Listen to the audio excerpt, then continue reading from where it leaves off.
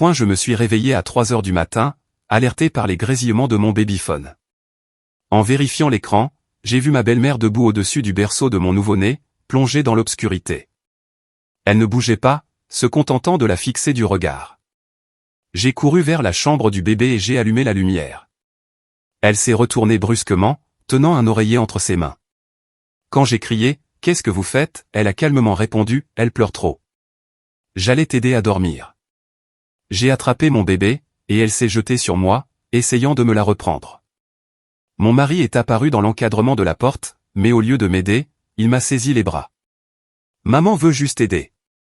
Mon beau-père a surgi derrière moi et a couvert ma bouche. Ma belle-sœur a verrouillé la porte de la chambre de l'intérieur. Ils m'ont tous encerclé dans cette petite pièce. Ce qu'ils ont fait ensuite, alors que je tenais mon bébé hurlant dans mes bras. Le grésillement a crépité à travers le babyphone à exactement 3 heures du matin. Ce son m'a tiré du sommeil comme un hameçon qu'on arrache violemment de l'eau. Mes yeux se sont ouverts brusquement dans l'obscurité de notre chambre et, pendant plusieurs secondes, je suis resté complètement immobile, à écouter. Le grésillement persistait, ponctué de bruits doux et de bruissements qui n'avaient pas leur place ici. J'ai tendu la main vers le moniteur sur ma table de chevet, mes doigts tremblants alors qu'il se refermait sur l'appareil en plastique. L'écran brillait d'une lueur bleu pâle dans le noir, et ce que j'ai vu a glacé mon sang. Une silhouette se tenait immobile à côté du berceau de Lily Grande, parfaitement statique, juste là, debout dans la chambre d'enfant plongée dans le noir absolu, fixant ma fille de 3 semaines. Mon mari, Trevor, dormait profondément à côté de moi, sa respiration lourde et imperturbable. La silhouette sur le moniteur n'avait pas bougé. Pas d'un pouce, juste cette étrange silhouette planant au-dessus du berceau où dormait ma petite fille. J'ai plissé les yeux devant l'écran, essayant de donner un sens à cette forme, à cette hauteur, à cette immobilité totale et absolue. Puis la silhouette s'est légèrement déplacée, et j'ai reconnu le contour de son profil. Linda, ma belle-mère, debout dans la chambre de ma fille à près de 4 heures du matin, ne faisant rien, existant simplement là dans l'obscurité, regardant mon nourrisson dormir. Chaque instinct maternel de mon corps s'est mis à hurler.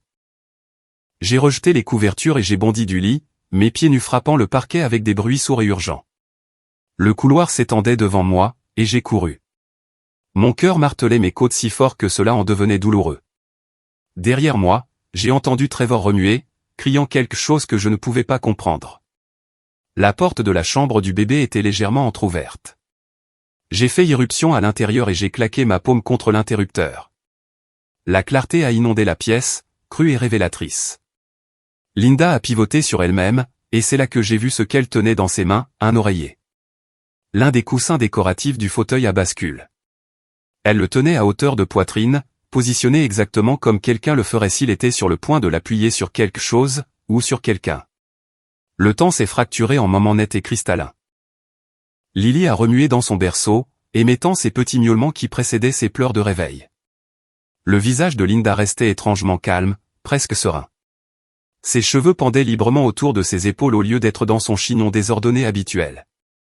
Elle portait une chemise de nuit que je n'avais jamais vue auparavant, quelque chose de démodé et blanc qui lui donnait l'air de sortir d'une autre époque. Les mots se sont arrachés de ma gorge, bruts et désespérés. « Qu'est-ce que vous faites ?» Linda a incliné la tête, son expression ne changeant jamais de cette placidité troublante. Sa voix est sortie mesurée et calme, comme si nous discutions de la météo autour d'un thé l'après-midi. Elle pleure trop. J'allais t'aider à dormir. L'oreiller est resté dans ses mains. La compréhension s'est abattue sur moi comme une vague d'eau glacée. M'aider à dormir. En réduisant ma fille au silence. En appuyant cet oreiller sur le visage de mon bébé jusqu'à ce qu'elle arrête de pleurer, de façon permanente. Cette femme qui prétendait avoir élevé avec succès 4 enfants. Trevor et Vanessa, je les connaissais. Les 2 autres, Marcus et Diane, avaient déménagé à l'autre bout du pays il y a des années et ne venaient jamais en visite.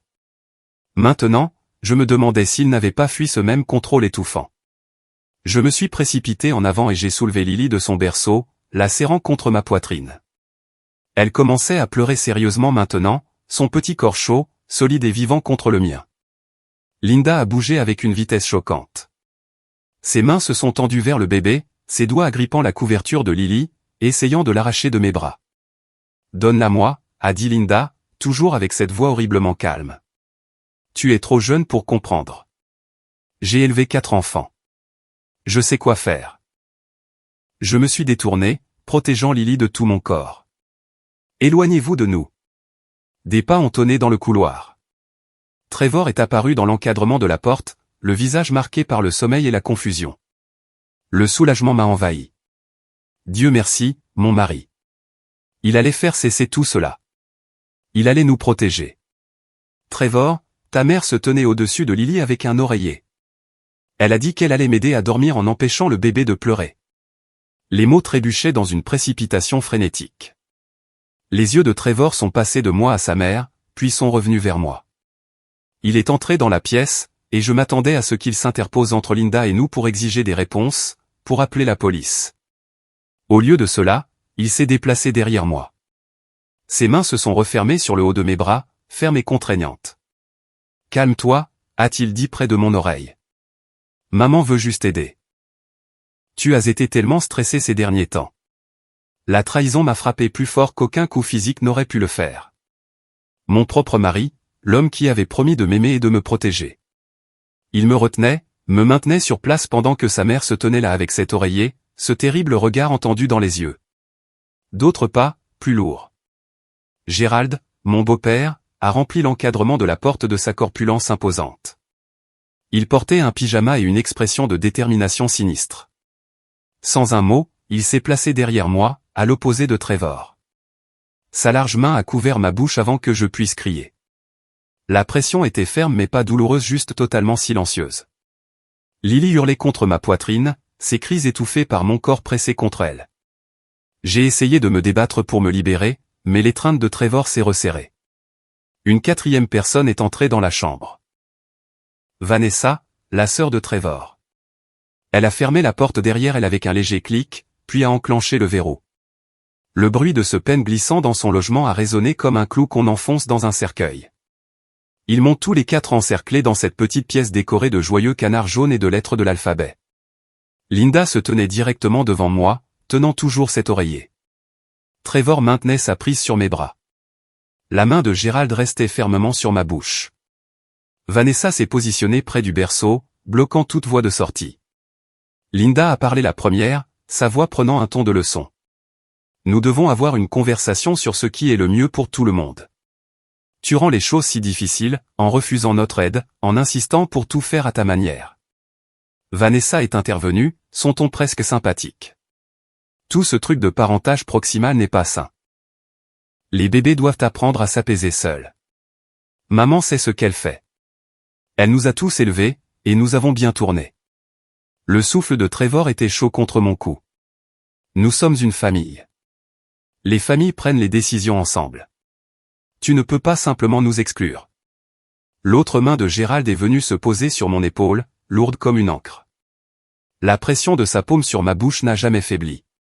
Il parlait comme si c'était normal, comme si coincer une nouvelle mère dans la chambre de son bébé à 4 heures du matin était une façon raisonnable de tenir une réunion de famille. Linda a fait un pas de plus. Je vais t'aider à comprendre quelque chose. Ce bébé nous appartient à tous. Elle est membre de cette famille, et cette famille a toujours fait les choses d'une certaine manière. Tes idées modernes sur l'allaitement constant et le fait de ne jamais la laisser pleurer, ça va la gâcher. Elle a tendu une main, caressant la tête de Lily avec des doigts qui m'ont donné la chair de poule. Une si belle petite chose.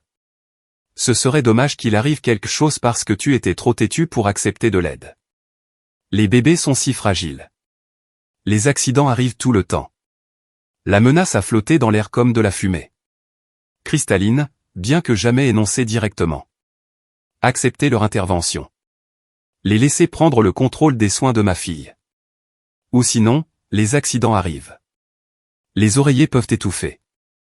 Les chutes peuvent se produire. Les bébés peuvent simplement cesser de respirer sans raison apparente. Mon esprit a traversé à toute vitesse les 3 dernières semaines depuis la naissance de Lily. Tous les petits moments troublants que j'avais rejetés ou expliqués. Linda insistant pour être dans la salle d'accouchement malgré mes protestations. La façon dont elle essayait de nourrir Lily au biberon alors que j'avais explicitement dit que j'allaitais exclusivement. Comment elle avait emménagé dans notre chambre d'amis le jour où nous avons ramené le bébé à la maison, prétendant que nous avions besoin de son soutien.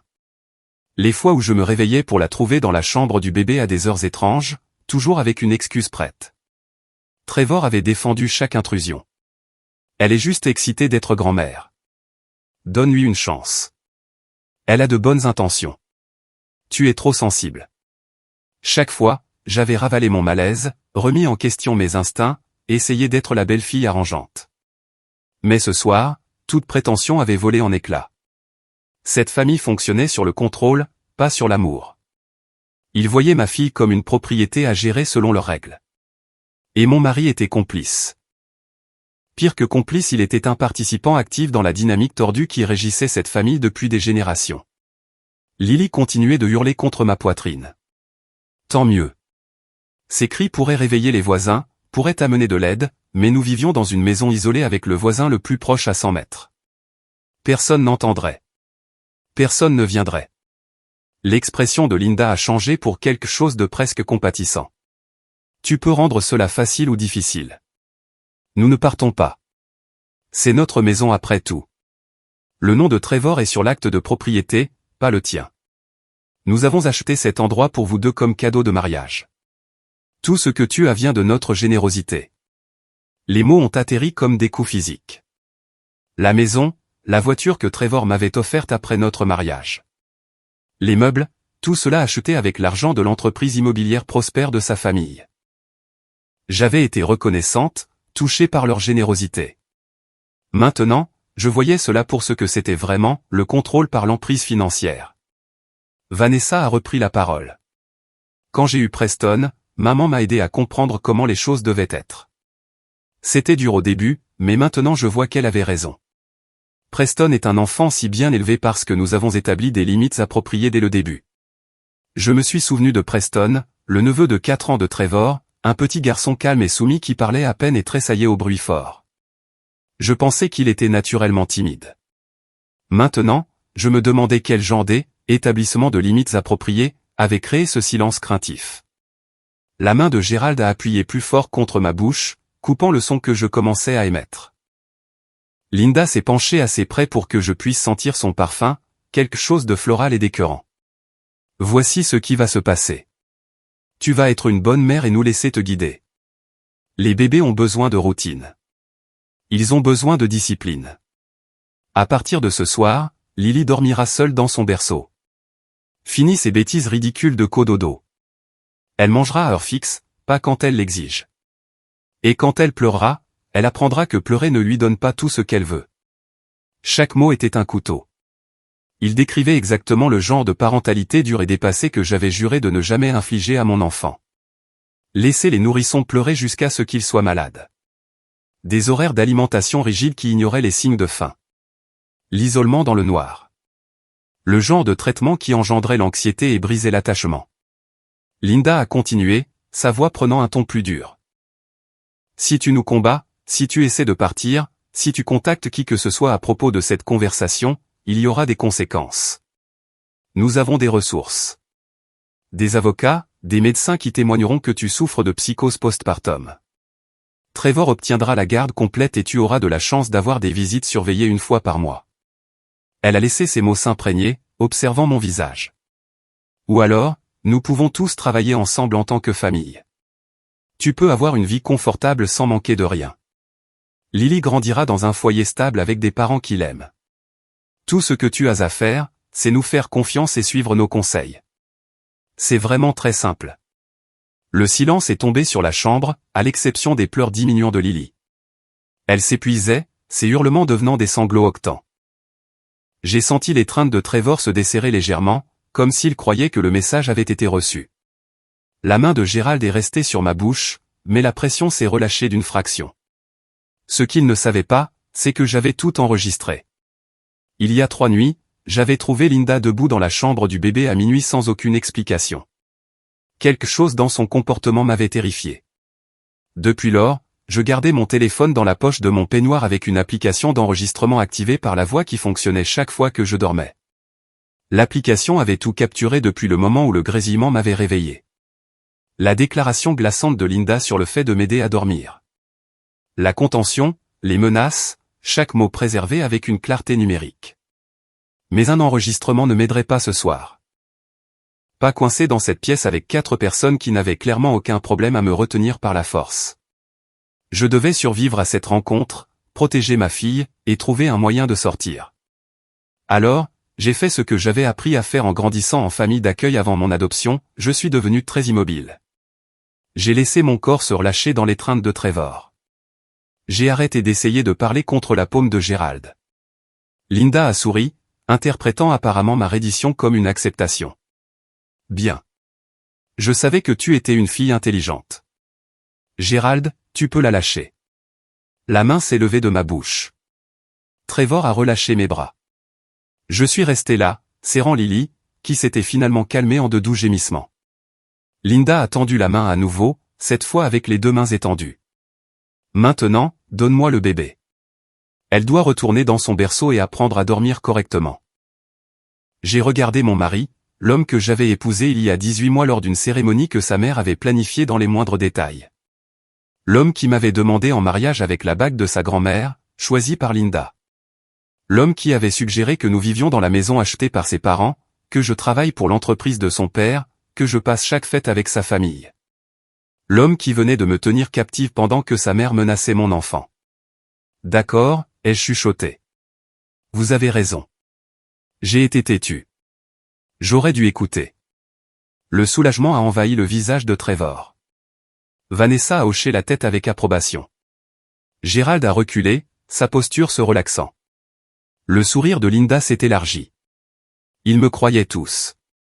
Pourquoi ne le feraient-ils pas? Ils avaient réussi à contrôler et manipuler Trevor toute sa vie. Ils pensaient probablement que toutes les femmes étaient tout aussi malléables. J'ai tendu Lily à Linda, le cœur brisé par le gémissement confus de ma fille. Linda a roucoulé vers elle, la portant jusqu'au berceau. Voilà. Grand-mère va t'apprendre à être une gentille fille. Elle a posé Lily dans le berceau et a remonté la couverture. Mon bébé a recommencé à s'agiter et Linda s'est simplement détournée d'elle, satisfaite. Laisse-la pleurer. Elle finira par s'arrêter. Vanessa a déverrouillé la porte de la chambre. Je vais nous faire du thé. Nous pourrons parler de l'horaire le matin. J'ai la routine de Preston écrite quelque part. Ça a fonctionné à merveille. Ils sont sortis de la chambre en file indienne. Linda en dernier. Elle s'est arrêtée dans l'encadrement de la porte, se retournant vers moi. Tu as fait le bon choix.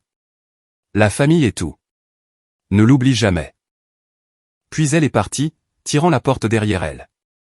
J'ai entendu leur voix s'éloigner dans le couloir vers la cuisine.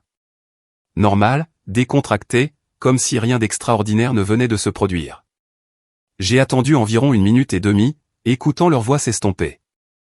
Puis j'ai traversé la pièce jusqu'au berceau et j'ai soulevé Lily dans mes bras. J'ai attrapé le sac à langer que je gardais approvisionné près de la table à langer et j'ai sorti mon téléphone de la poche de mon peignoir. L'argent liquide que j'avais caché hier était déjà dans le sac. Tout ce dont j'avais besoin pour nous mettre en sécurité. La fenêtre de la chambre donnait sur la cour latérale. Juste hier, dans un moment de paranoïa après une autre étrange rencontre nocturne avec Linda, je l'avais testée et réalisé qu'elle s'ouvrait facilement sans alarme. J'avais aussi pris $300 de notre budget course et les avais cachés dans le sac à langer, me disant que j'étais ridicule même en le faisant. Maintenant, cette paranoïa nous avait sauvé la vie. J'ai fait glisser la fenêtre aussi silencieusement que possible, j'ai jeté le sac à langer dehors en premier, puis j'ai grimpé à travers avec Lily pressée contre ma poitrine. L'herbe était mouillée de rosée, trempant mes chaussons immédiatement. J'ai couru vers la rue, restant dans l'ombre. Mes clés de voiture étaient à l'intérieur, inutiles. Mais Madame Patterson, 2 maisons plus loin, était une insomniaque qui laissait la lumière de son Porsche allumée toute la nuit. J'avais discuté avec elle plusieurs fois lors de promenades nocturnes quand Lily ne voulait pas dormir. J'ai martelé sa porte, ne me souciant plus du bruit maintenant.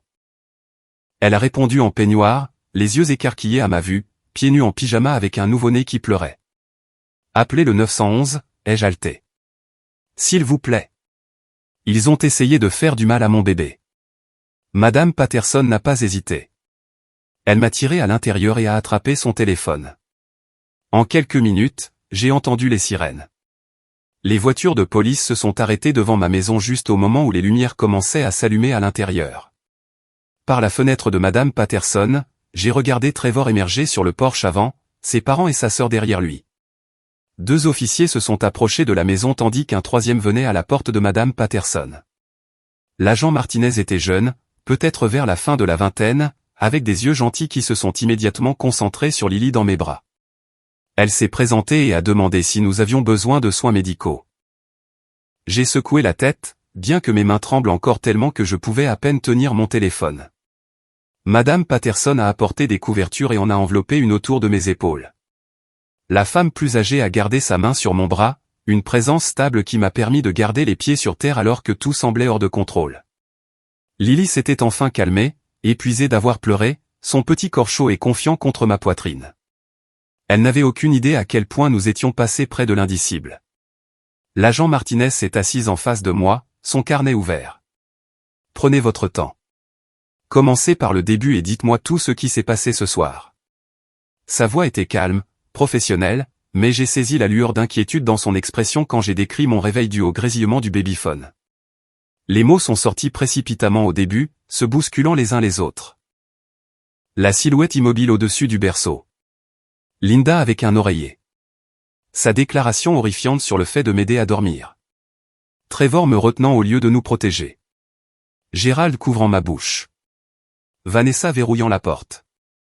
Tous les 4 m'encerclant dans cette petite pièce pendant qu'ils exposaient leurs exigences et leurs menaces. L'expression de l'agent Martinez devenait plus sérieuse à chaque détail. Quand j'ai mentionné l'oreiller, elle a arrêté d'écrire et a levé les yeux brusquement.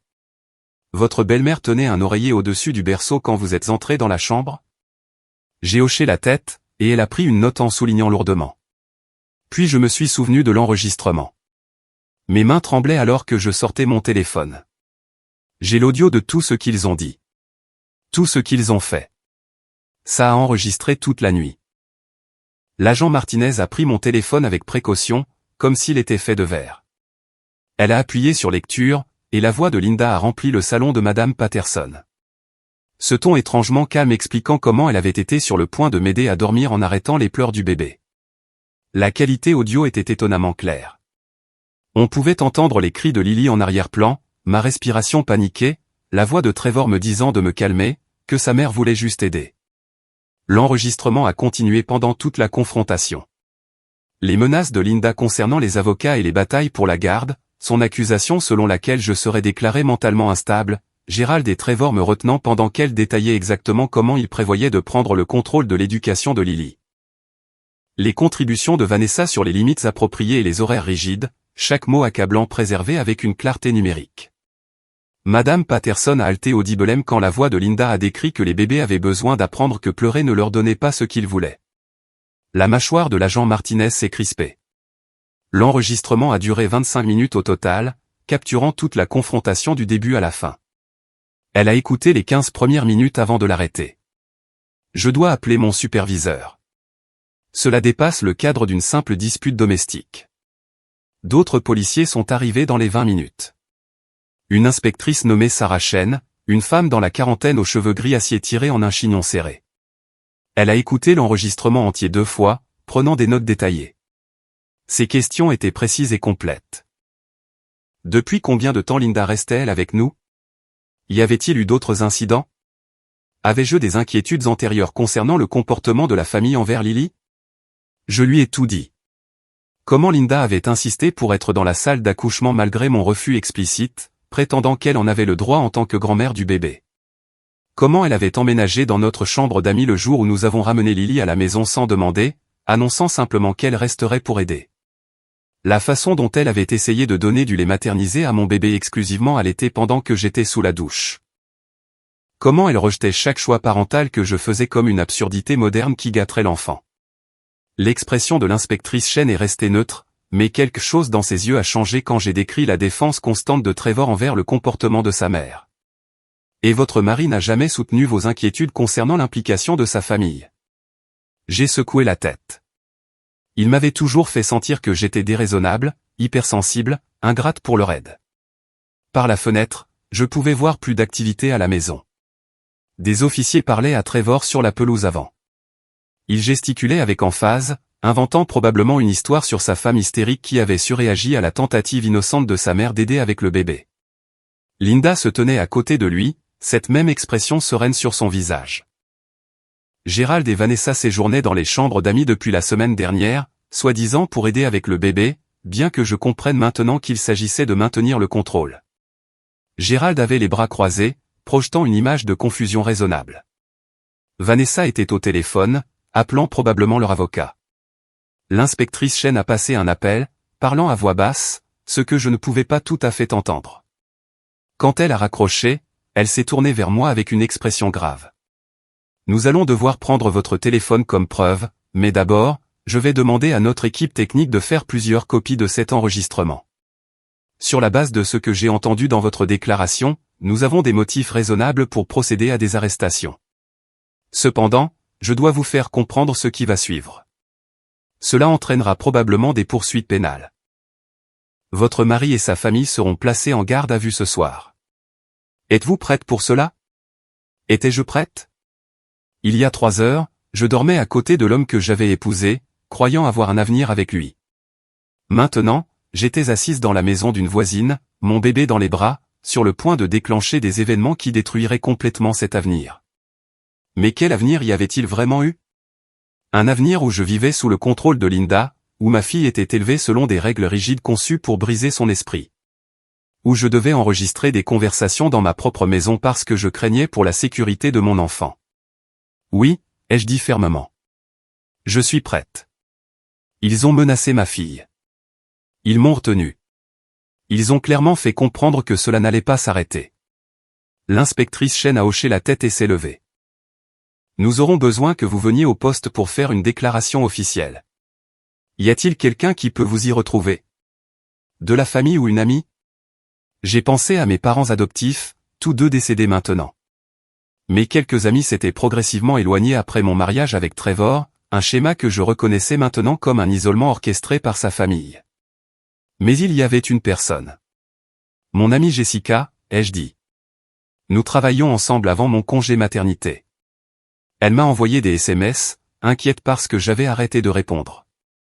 Trevor me mettait la pression pour démissionner entièrement plutôt que de retourner au travail après la fin de mon congé. Une autre chose que Linda avait encouragée, prétendant que j'avais besoin de me concentrer sur la famille au lieu de maintenir des amitiés extérieures. J'aurais dû reconnaître les signaux d'alarme bien plus tôt. Un technicien de la police est arrivé et a fait des copies cryptées de l'enregistrement sur plusieurs disques. Ce n'est qu'à ce moment-là qu'ils ont pris mon téléphone, le scellant dans un sac de preuves. Madame Patterson a offert son téléphone pour que je puisse appeler Jessica. Elle a répondu à la deuxième sonnerie, sa voix pâteuse de sommeil. Quand je lui ai expliqué où j'étais et ce qui s'était passé, elle est restée silencieuse un long moment. Puis elle a dit 6 mots qui m'ont fait craquer, pleurant pour la première fois cette nuit-là. J'arrive. Tu n'es pas seul. La scène à ma maison s'était intensifiée. J'ai regardé par la fenêtre alors que les officiers continuaient de rassembler des informations. L'inspectrice Chen avait appelé un juge de permanence qui vivait à proximité. Compte tenu de la gravité des menaces enregistrées et de la présence d'un bébé victime, le juge a accepté d'examiner la demande de mandat à distance. En 45 minutes, le mandat de perquisition est arrivé. Trevor criait maintenant, le visage rouge de colère.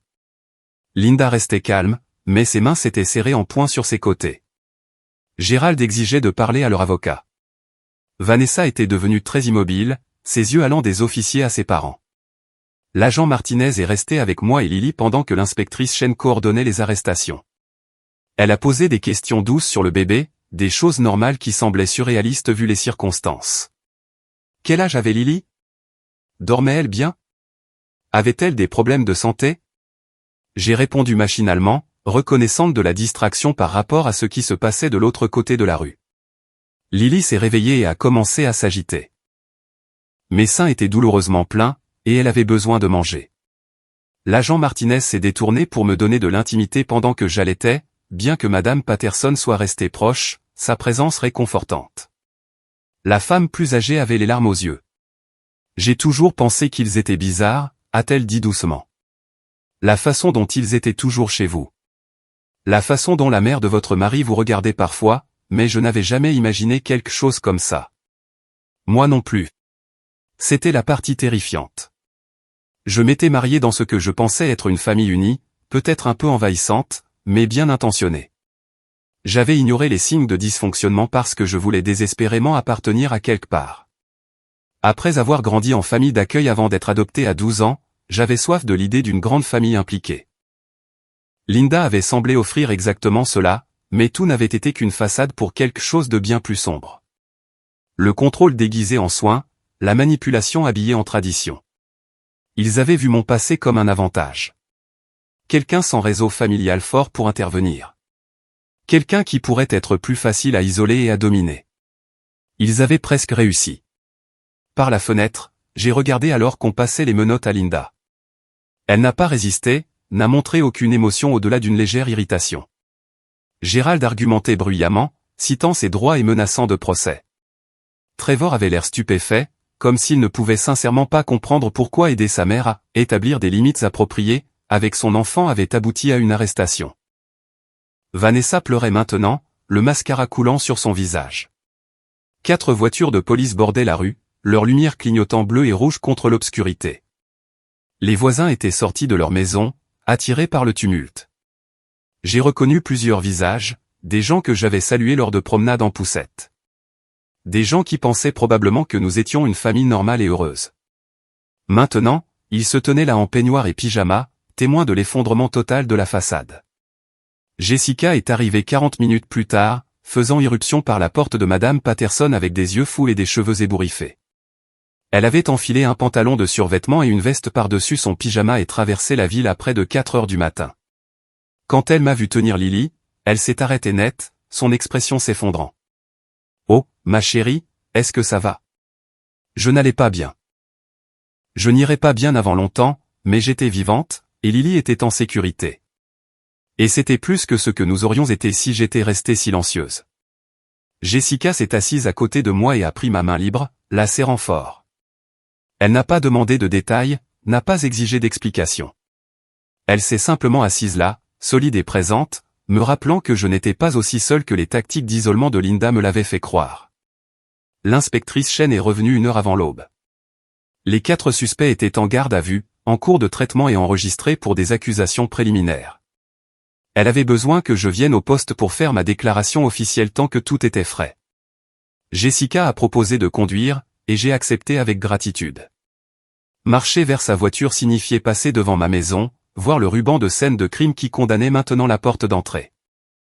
La fenêtre de la chambre d'enfant par laquelle j'avais grimpé était toujours ouverte, les rideaux bougeant doucement dans la brise d'avant l'aube.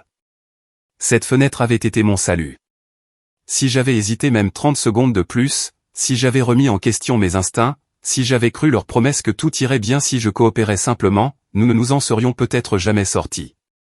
Le poste de police était un flou de lumière fluorescente et de murs verts institutionnels. L'inspectrice Chen m'a conduite dans une salle d'interrogatoire et a apporté de l'eau et des craquelins. Lily dormait contre ma poitrine dans le porte-bébé que Jessica avait attrapé dans la voiture. L'inspectrice a été patiente alors que je racontais tout à nouveau pour le dossier officiel, cette fois avec encore plus de détails. Elle m'a interrogé sur le comportement de Trevor tout au long de notre relation.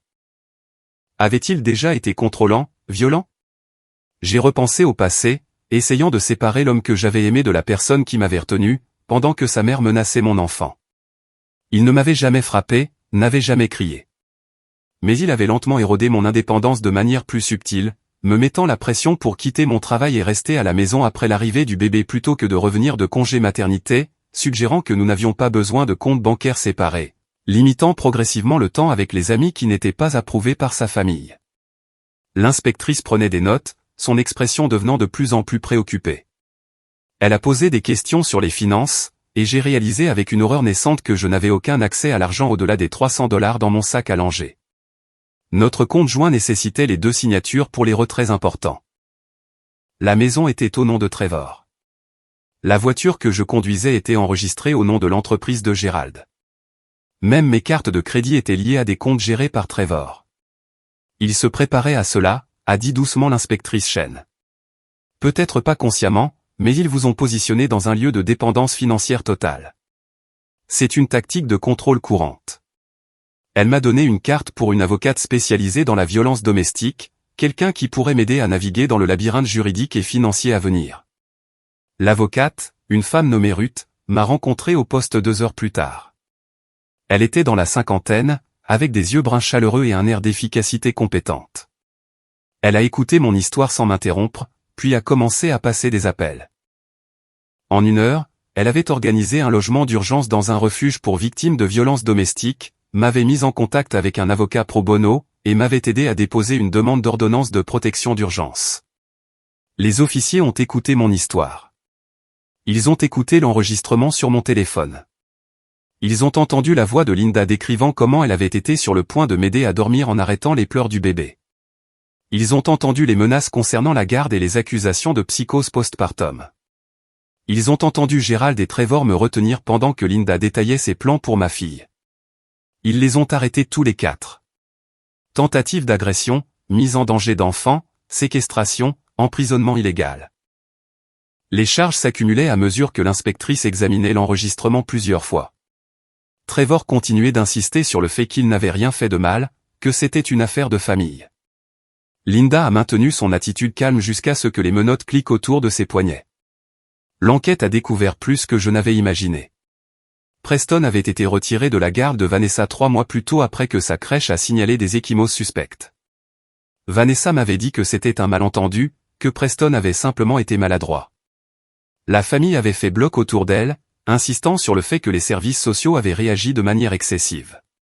Je les avais crus, m'étais même senti sympathique. Maintenant, je voyais la vérité.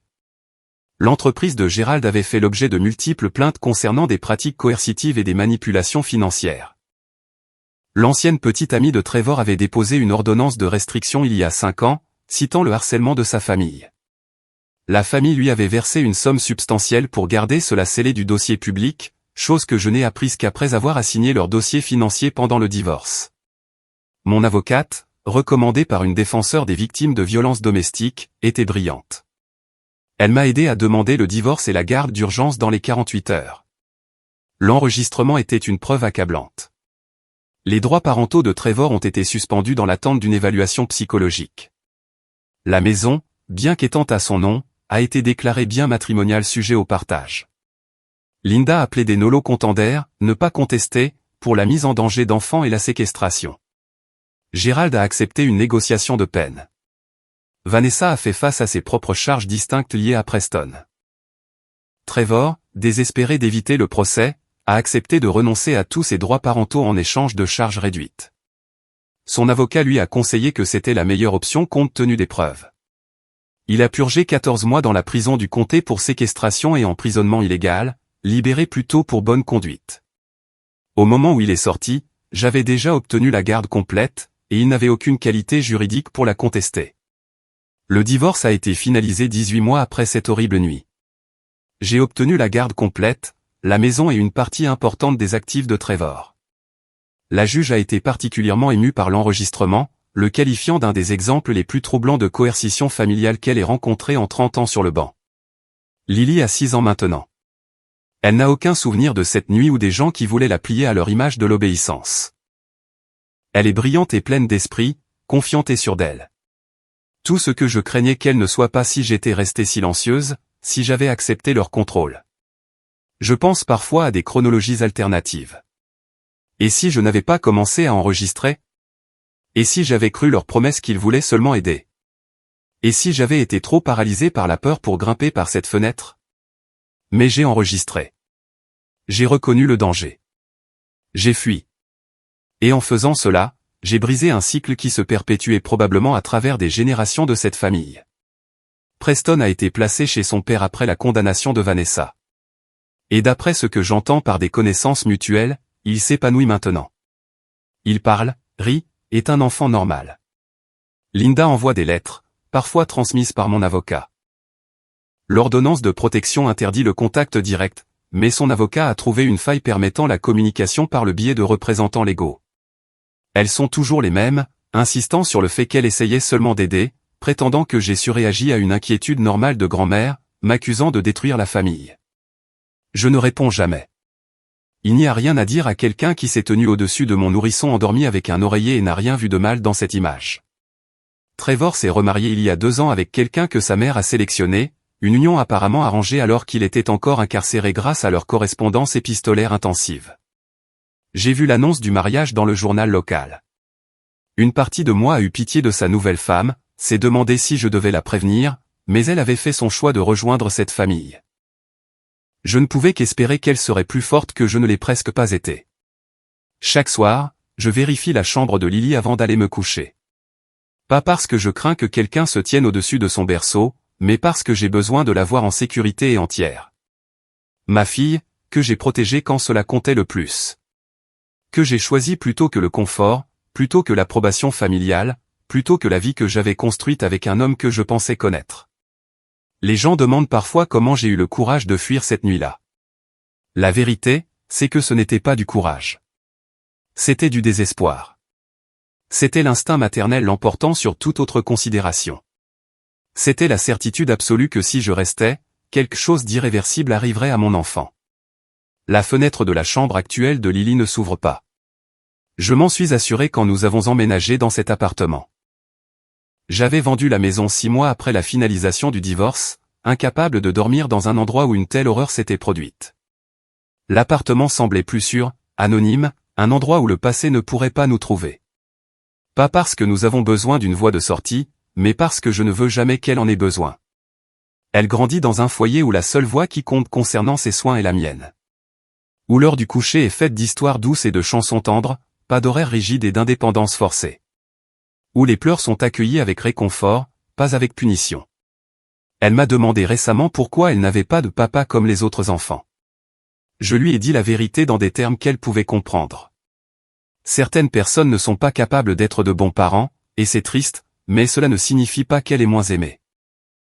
Elle semble satisfaite de cette réponse.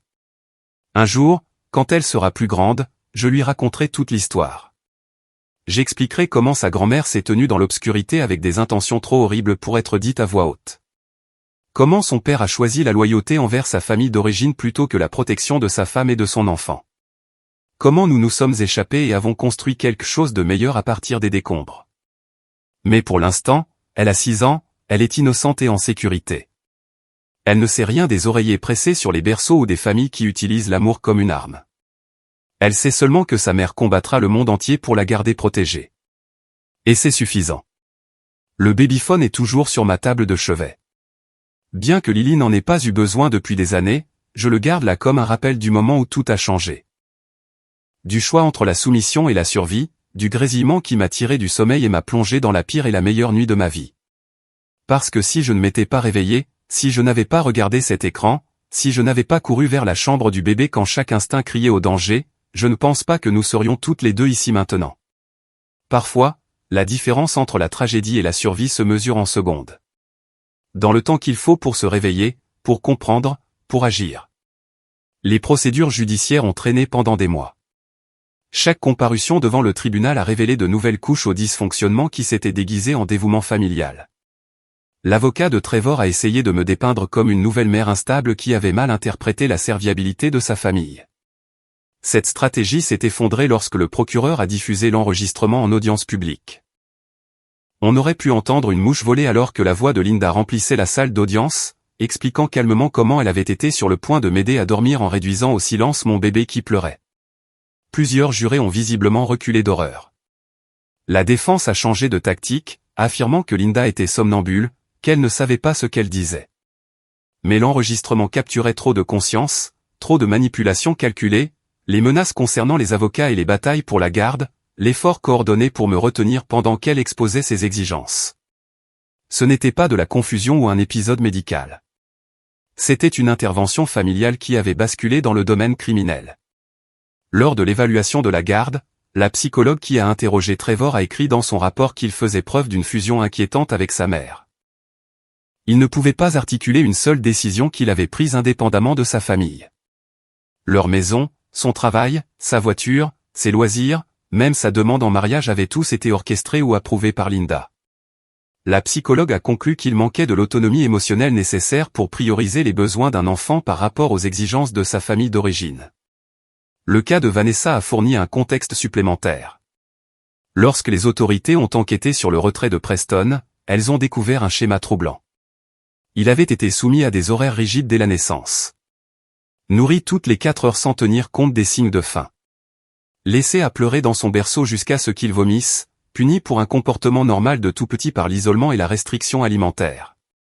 Linda avait supervisé tout cela, félicitant Vanessa pour son excellente parentalité. Le procureur a émis la théorie selon laquelle Linda voyait Lily comme son opportunité de recommencer. Vanessa avait suivi les instructions parfaitement, mais Preston était devenu anxieux et renfermé. Peut-être que Linda pensait qu'avec un contrôle plus direct dès le début, elle pourrait mouler un enfant selon sa vision de la perfection. Ou peut-être qu'elle ne pouvait tout simplement pas tolérer une belle-fille qui remettait en question son autorité.